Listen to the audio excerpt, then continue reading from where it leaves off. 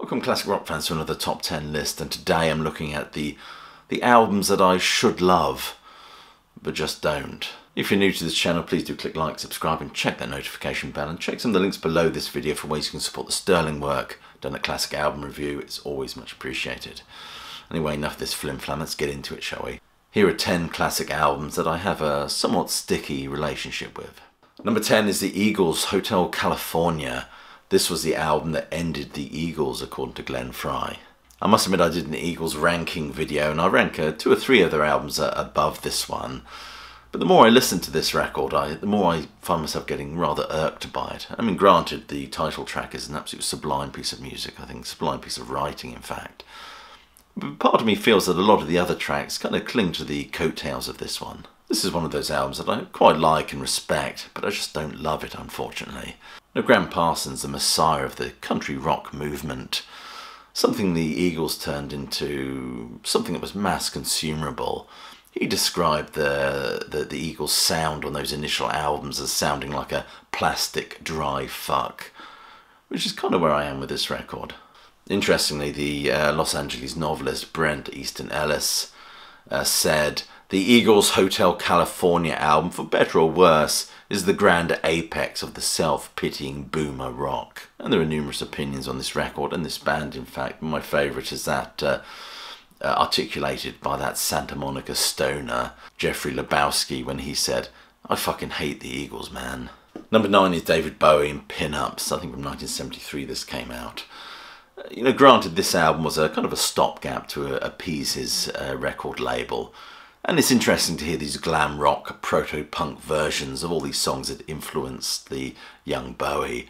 You know, songs by Pink Floyd, The Pretty Things, The Who and the Yardbirds. This album, as I said, was recorded in 1973 at the Chateau d'Ereuville. I'm curious to know whether it was recorded before Jethro Tull or perhaps after Jethro Tull. Nevertheless, this album is definitely a bit of a slump, especially after the brilliant album that precedes it, Aladdin Sane, and even the album that follows it, Diamond Dogs. Number 8 is Dire Straits and Brothers in Arms. This was a huge album. Everyone had a copy of this. I must admit I'm not a fan of those sort of 1980s production affectations, but that's not really the issue here. I just don't feel this album is as good as the albums that precede it. Apart from the title track, which I really enjoy, I think this album lacks the majesty and sheer beauty of numbers like Romeo and Juliet, Tunnel of Love, Sultans of Swing, Private Investigations. I feel their greater moments were on the albums that came before this one. A lot of the songs on this album define them for a whole new generation. Money for Nothing and the springy Walk of Life, which has been irritating me for years now. Number 7 is Peter Gabriel's So. I mean, this album was huge as well, and got a whole new generation of prog fans into toying with Plasticine after the Otis Redding-inspired opener. I think this album is overrated in the context of Peter Gabriel. I don't think it's as interesting or creatively vital as Melt. Or Security, of course. Security was interesting with its use of African Latin rhythms used as a kind of tonal colouring. Or perhaps my favourite Gabriel album is Us, believe it or not. This album had that huge hit which sent everything into overdrive. It's one of those albums I don't really dislike, I just don't love as much as I'm supposed to. I just see it as a bit like the phallic sledgehammer, really, artificially inflated with age and medication. Number 6 is Marillion's Brave. After 1991's very pop-orientated Holidays in Eden, Marillion kind of went back to their roots, really, I think, with this Brave album, this very brave concept album indeed.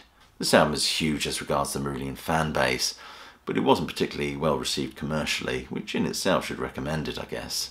But apart from the odd track, I just don't care for this album. I think it's the concept. I can't gel with the concept of it, following this girl from the bridge and working backwards through her story. It just doesn't interest me. Rather than this sort of narrative, I much prefer Marillion talking about grander themes on a grander scale, I guess. I love Fear, I love Marbles. I mean, you could argue this girl is symbolic of a wider meditation on mental health, or the lack thereof, I guess, all wrapped up in this girl's plight. I just can't get on with the concept or idea of it. And why Paper Lies is on this album is beyond me. But I must admit, I do love the artwork. Number 5 is Billy Joel's An Innocent Man. This album, of course, was huge in the UK, perhaps in the US as well, I suspect. But it irked me as a long-standing Billy Joel fan that suddenly all these people who didn't even know who I was talking about suddenly understood or listened to Uptown Girl. Billy Joel often does what I would call sort of musically themed albums, I think. 52nd Street is very influenced by jazz. You had Glass Houses, which were influenced by pop and rock and roll. And of course, a very gospel and soul infused The Stranger. This is very much a homage to Billy Joel's upbringing and the music he was listening to. A homage to Motown, Sam Cooke, Four Seasons, James Brown even. And there's a lot of a cappella on here as well, which I just cannot stand. I must admit I do not like the vocal stylings that he's obviously lifted from the late 1950s, which is mars this album for me. I just don't really, I never listen to it anymore. Number 4 is Radiohead's Kid A. I found this album to be a huge disappointment after the brilliance that was OK Computer. But many have since hailed this as a masterpiece, absolute masterpiece. I mean, maybe I just don't get it, perhaps. But I must admit, it is the case with some music critics that it's a bit like the Emperor's New Clothes sometimes. But this album was heavily influenced by Eno and I think krautrock bands like Kraftwerk and New. But it just sounds like a lot of dreary, whiny nonsense to me. If heavily processed cyborg farts are your thing, then maybe this album is right up your alley. This album alienated many, which is quite ironic given the themes explored, but it appealed to Blake Seven fans everywhere, I think. Not my cup of tea. Maybe I'll listen to it one day and the penny will drop. Number 3 is Elton John and Goodbye Yellow Brick Road.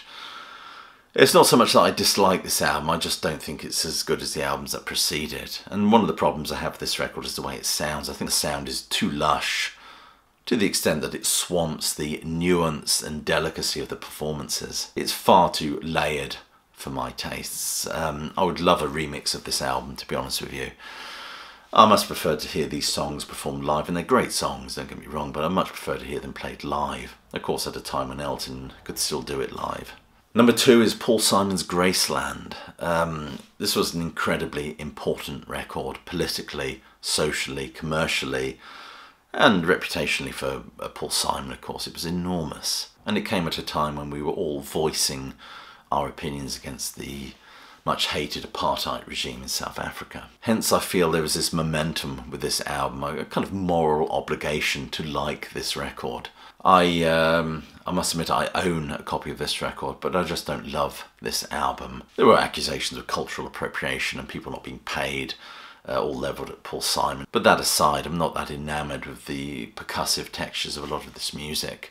The same reason I'm not that crazy about Rhythm of the Saints either. I must admit I prefer listening to Paul Simon's Encodachrome or the beautiful American tune over anything on this album. And number 1 for me is Pink Floyd's The Wall from 1979. This album is an incredibly important album in my own biography. I did a video on the 10 most important albums in my life, and this one was a real eye-opener when it came into our house in 1979. But it's an album I've very much fallen out of love with, especially as I've explored the wider Floyd catalogue. This album for me doesn't feel like a Pink Floyd album, it feels more like a Roger Waters album. I did a video arguing that the last great Pink Floyd album was in fact Animals. I love side 1 of this record where Pink is looking back at his childhood. I think that's fabulous. I love side 2. But I tire of all this alienated rock star stuff, and I think this album tries to do too much conceptually. It just kind of implodes in on itself, I think. And side 4 I haven't played for years and years and years. And you get the trial with Waters' strangulated bark, gurning his way through all these different voices and that slathering of strings, which is Bob Ezrin on steroids.